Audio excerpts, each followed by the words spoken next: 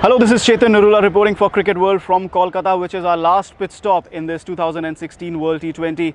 The big occasion, the final of this particular tournament, it's West Indies versus England at the majestic Eden Gardens, where I am talking to you from. If you look at just behind me, the scenery, there's a lot of preparation going on for the big final. There's a nets over there, the English team still practicing the final preparations for this particular tournament, and we'll be talking about both sides, how they are placed, how they have progressed through this tournament, and we'll be talking in terms of alternate England versus West Indies, how they have progressed in this particular tournament. Let's talk about England first and the aggressive intent that they have brought in this tournament. Who is responsible chiefly for this aggressive intent? Two names come to mind, that is one, of course, is Jason Roy, and the other Joe Root. Jason Roy bringing that aggressive intent at the top of the order, giving them fiery starts, which counted a lot against the likes of South Africa, against the likes of New Zealand, against the likes of Sri Lanka.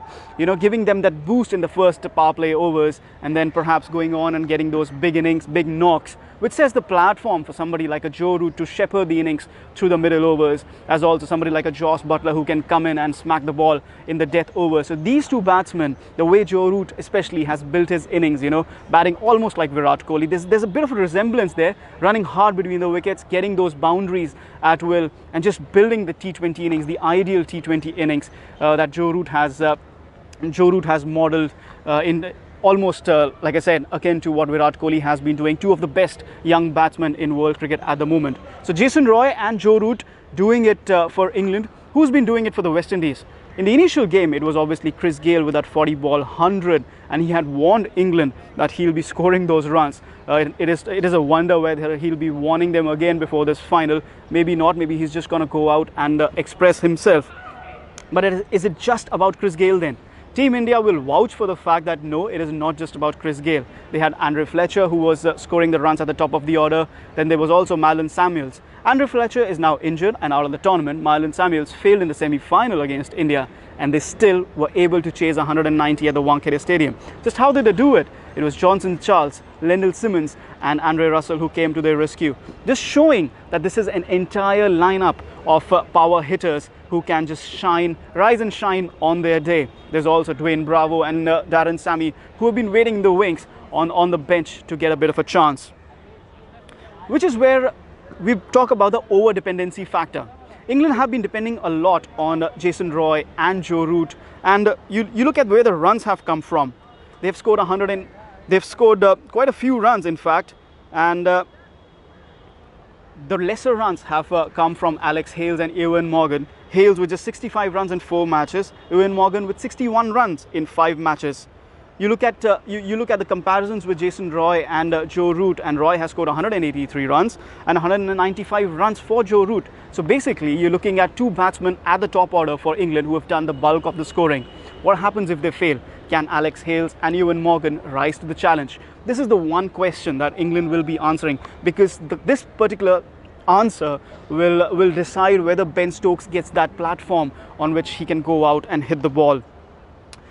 The one West Indies weakness, well, Lendl Simmons walked off a plane with 48 hours to go for that big semi-final. He spent his time sleeping and then just walked onto the park and smacked 80 odd of 51 deliveries against India, taking his side into the final. And when he came to the press conference, he had just the one thing to say. He said that against Afghanistan, they could not chase 120 runs. And on this day, on their day, they could chase almost 200 runs. So that is the particular weakness for West Indies. And that's the same thing that Darren Sammy also said in the press conference before this big game. West Indies can only defeat West Indies. That's the willpower. That's the mental strength of this side. On their day, they are world beaters. And if things start to going wrong, there is no stopping them. Which is a bit of an interesting point, because like I mentioned before, there's the power hitting of Ben Stokes in the middle order. He scored 155 runs in 5 matches, but what has been most impressive is that his strike rate is almost 160. I've been talking to a lot of fans who have been attending these matches in this particular tournament, and any English fan that I've spoken with has pointed out just the one name: Jos Buttler, the standout guy for England in this particular tournament, and the statistics reflect as much. Can he do the same in this big final? What he's done against Sri Lanka, what he's done against South Africa. The big question obviously for West Indies is, in comparison to this volatility that Joss Buttler brings in for England, Darren Sammy hasn't had too many hits in the middle. It's the same for Dwayne Bravo. What if the top order fails for West Indies? Because, you know, obviously they are the ones who like to play their shots, play those big power shots. What if they fail? What if West Indies are struggling at 40 for 5? What happens then? That's the big question mark that the West Indies batting order will be going into this match.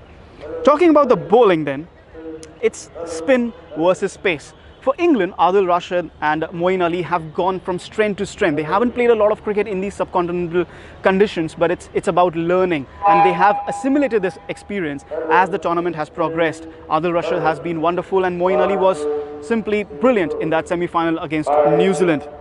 Even so, West Indies have a bit of an edge in terms of spin bowling. When you see the likes of Samuel Badri and Suleiman Ben, who have a brilliant economy, as well as have taken wickets consistently through all those 5 matches. Where England do have a bit of an edge over West Indies is in terms of their pace bowling. West Indies have Andre Russell, Dwayne Bravo and Carlos Braithwaite. There's a bit of an inexperience there when it comes to handling the white ball, the new ball. In comparison, England rectified, and the pace bowling has again gone from strength to strength as the tournament has progressed.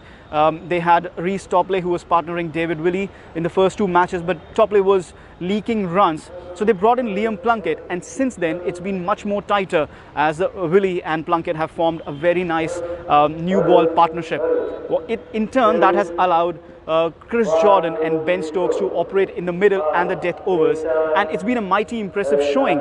Even former West Indies cricketer who's now commentating on this particular tournament, Ian Bishop, has pointed out how Chris Jordan has been very, very impressive in the death overs. So there you have it, the comparisons of the strengths and weaknesses of both sides. For the first time in the men's tournament, it's going to be a repeat winner. Remember, England won this tournament in 2010, which was hosted by the West Indies, and then the West Indies turned out winners in the next tournament, that is a 2012 edition, which was hosted by Sri Lanka. Since then, they've also made the semi-finals in the 2014 edition, and now again they are here in 2016 in the finals again.